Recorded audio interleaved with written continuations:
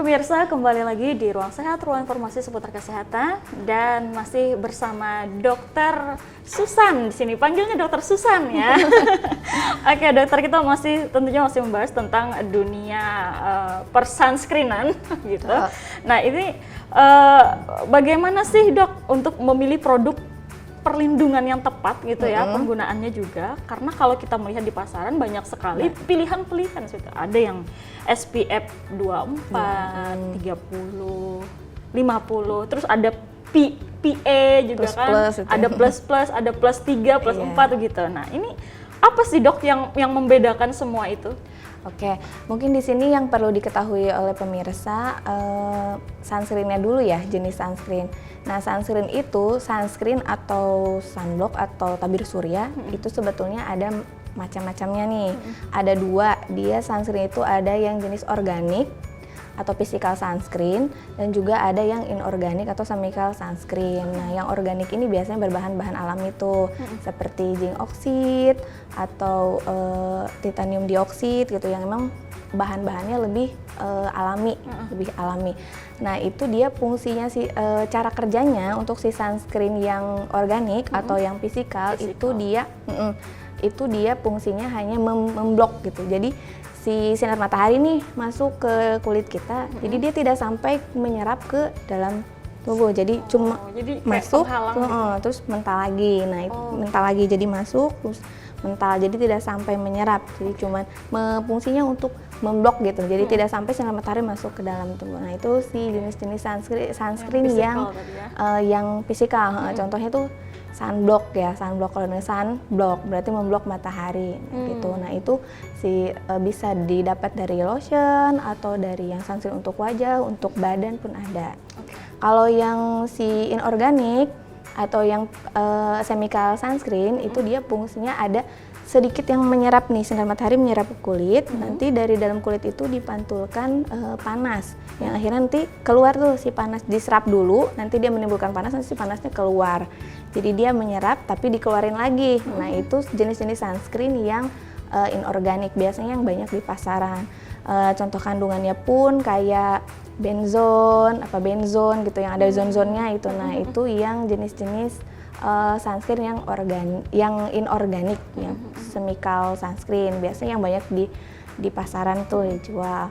Nah, yang keduanya ini sebetulnya ada sunscreen ini ada untuk kulit-kulit tertentu. Misalkan untuk yang si tadi organik itu dia tidak bisa untuk kulit-kulit yang sensitif. Dia cocoknya untuk kulit-kulit yang berjerawat nih, bisa pakai itu. Nah, kalau misalkan yang lain itu dia tidak cocok, biasanya untuk kulit-kulit yang cenderung sensitif. Nah, itu bagus tuh untuk yang si chemical. Nah, kalau yang untuk ada juga yang gabungan dari keduanya, namanya hybrid sunscreen.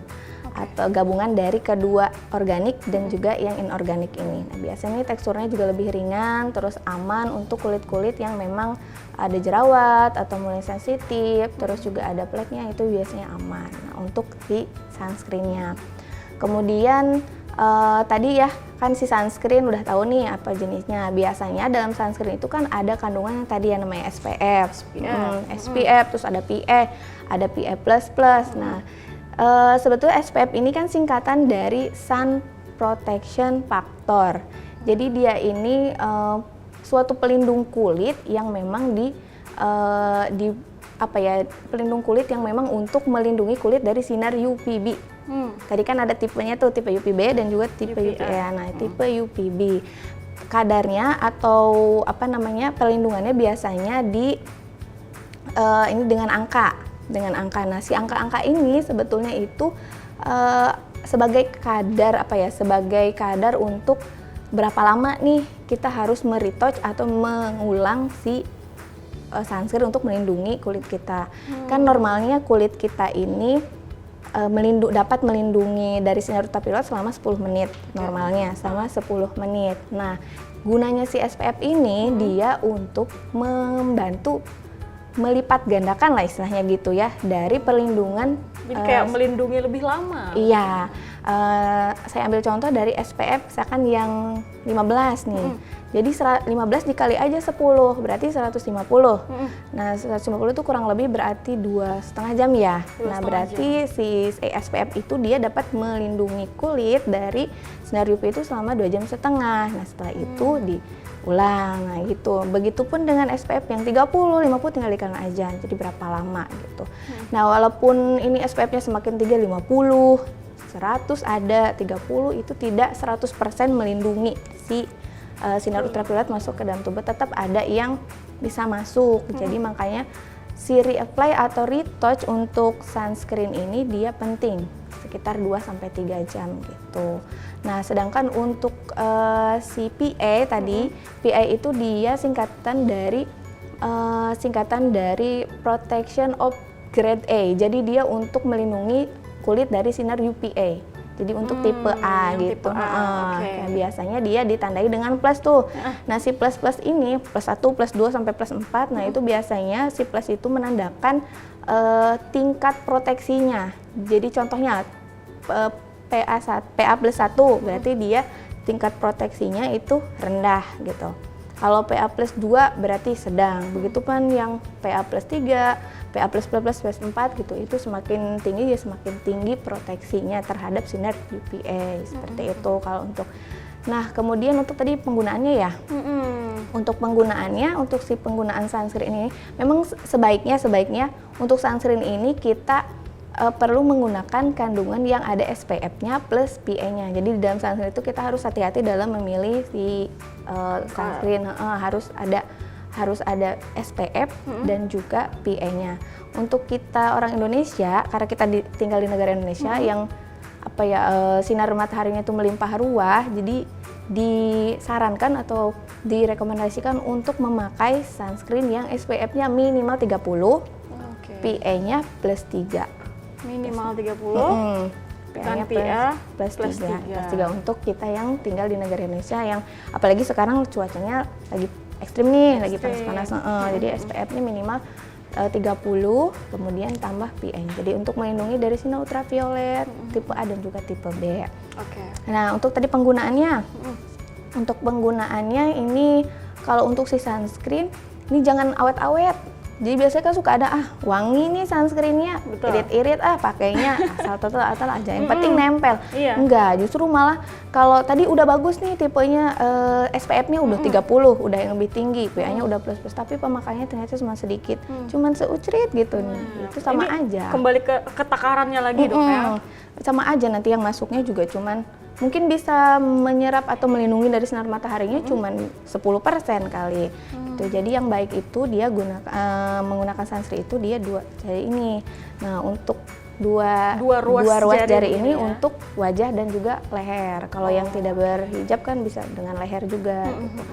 Jadi pakai ini yang satu jari untuk ini muka dan juga ini. Jangan juga terlalu banyak ya, jangan terlalu segini juga jangan terlalu banyak. Pokoknya ruas jari ini. Nah, tadi dokter juga menjelaskan tentang perbedaan sunscreen. Tadi ada yang chemical, physical, dan juga hybrid. Lalu kalau untuk ditanyakan mana yang lebih baik, mungkin tergantung kulit masing-masing begitu. Betul. Kalau misalkan yang berjerawat, rentan sekali dengan jerawat, itu mana yang lebih bagus? Kalau untuk yang berjerawat, saya sarankan yang pakai yang ini. Tadi yang organik, yang dia ada kandungannya tuh tadi zinc oxide, terus ada titanium oxide. Nah, untuk yang kulit-kulit jerawat dia lebih bagusnya yang seperti itu. Berarti itu termasuk di physical tadi ya? Iya, physical sunscreen. Tapi kalau untuk jerawat nanti kita lihat lagi nih kondisi kulit itu seperti apa. Apakah hanya jerawat aja atau mungkin dia juga kan bisa sensitif juga kulitnya bisa gitu. Jadi memang sebaiknya dikonsultasikan ke ahlinya aja juga sebelum milih. Kalau yang untuk berjerawat nih. Jadi nggak bisa asal pakai aja ya. Kalau memang kulitnya sudah bermasalah begitu, harus pakai sunscreen.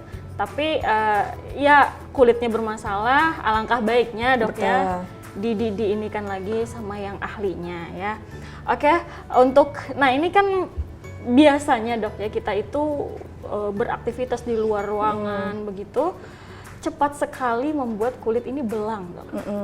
Belang. Nah, sebenarnya untuk belang yang ada di kulit ini apakah sifatnya hanya sementara atau permanen dok?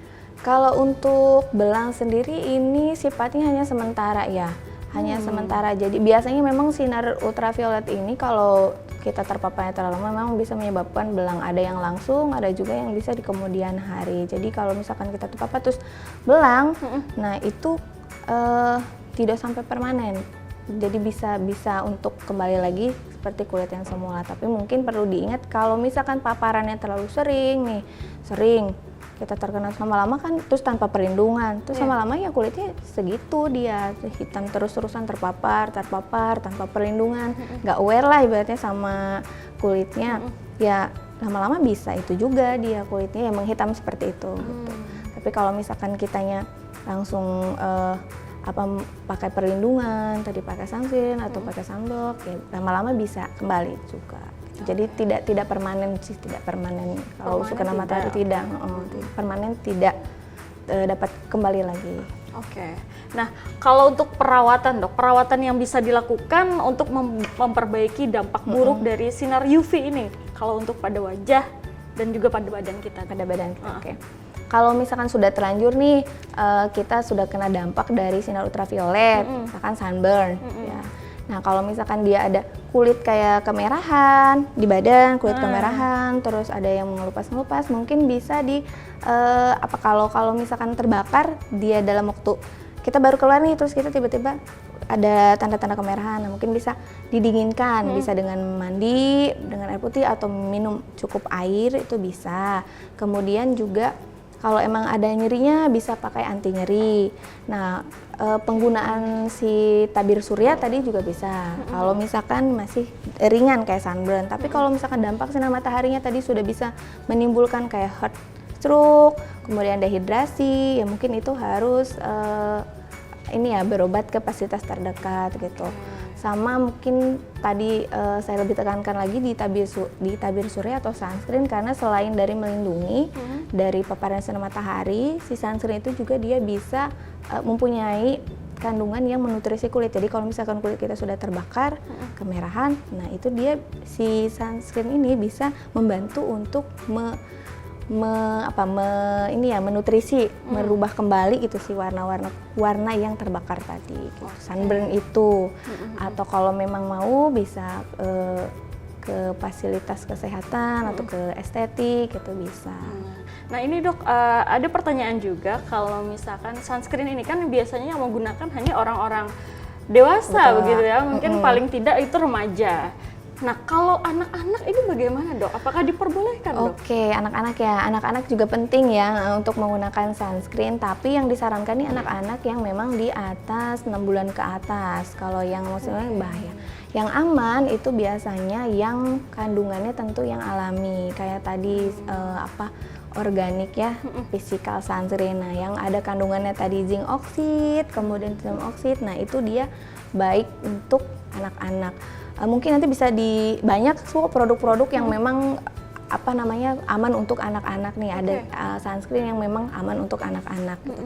Kalau memang bingung produk apa, cari aja yang kandungannya itu tadi yang sebutkan zinc oxide. Zinc oxide tadi ya. Ya coba cari itu ada. Oh ya udah berarti itu bisa dan aman untuk anak-anak. Yang jenis itu. Tapi kalau yang selain itu tidak disarankan. Itu biasanya untuk dewasa. Itu pun anak-anak dilihat usianya. Kalau masih bayi-bayi jangan, rentan juga. Jadi paling tidak tadi usianya 6 bulan di atas dari 6 bulan. Oke. Jadi tidak apa-apa, malah memang kalau untuk anak-anak, apalagi anak-anak yang suka bermain di luar ruangan begitu. Iya betul. Sangat perlu berarti sangat dok perlu, ya? Apalagi kan panasnya sekarang seperti ini, panas banget. Dia main-main di luar, naik sepeda dan lain sebagainya. Terus bahaya juga terjadinya heat stroke tadi, sengatan panas. Iya. Jadi perlu juga memang pakai sunscreen untuk anak-anak. Jadi itu tadi ya pemirsa. Nah, terakhir dok, kita mau minta tips ya dok ya untuk pemirsa di rumah juga agar lebih aman nih dok dengan cuaca yang sepanas ekstrim saat ini dok. Bagaimana tipsnya untuk merawat kesehatan kulit kita dok? Baik, tips dari saya untuk pemirsa di rumah menghadapi cuaca panas yang ekstrim ini. Yang pertama, cukupi kebutuhan cairannya agar terhindar dari dehidrasi. Nah, cairan ini atau minumnya air putih, hindari dari yang berkafein, alkohol, soda gitu. Terus jangan menunggu haus, jangan menunggu. Jadi biasanya kalau misalkan mau minum nih nunggu haus, nggak usah. Harus dalam cuaca panas ini walaupun tidak rasa haus tetap minum agar cairannya terpenuhi. Jadi kebutuhan cairannya harus lebih ditingkatkan lagi. Dengan minum air putih tadi ya, tentunya jangan soda ataupun alkohol. Yang kedua, bila hendak keluar rumah berpakaian yang panjang. Usahakan yang berbahannya tadi ya longgar, bahan katun dan juga tidak berwarna gelap. Yang selanjutnya ada mungkin kurangi aktivitas fisik di luar rumah. Di jam-jam yang tadi rawan sekali jam 10 sampai jam 2 sore, nah kurangi itu. Kalaupun memang terpaksa harus beraktivitas di luar ya mungkin bisa menggunakan payung, topi, kemudian bisa kacamata juga. Kacamatanya kalau bisa mungkin anti radiasi, kacamata hitam ya, yang yang anti radiasi pun bisa gitu. Terus yang selanjutnya mungkin tetap jaga kesehatan dengan makan makanan yang bergizi ya, hindari makanan-makanan yang banyak gulanya, itu berkafein. Terus yang es nih kan biasanya kalau cuaca panas tuh maunya yang itu ya. Kalau es katanya lebih seger katanya. Lebih segar, terus maunya makanannya yang ringan, yang gorengan. Nah itu akhirnya kan kebutuhan nutrisi dalam tubuhnya juga kan berkurang. Jadi rentan juga nanti terhadap suatu penyakit gitu. Mungkin itu saja tips dari saya ya. Oke, baik. Ini asik sekali pembahasan hari ini pemirsa, tapi sayang sekali dokter waktu kita sudah habis. Baik. Semoga nanti kita bisa ketemu lagi dok ya, kita bahas Amin. lagi ini tentang dunia kecantikan, tentunya kesehatan kulit. Dan pemirsa, kita harus berakhir di sini. Terima kasih sekali dokter Sama-sama, atas kedatangannya dan Mbak. berbagi bersama kami di sini. Dan pemirsa, terima kasih juga. Kami harus pamit.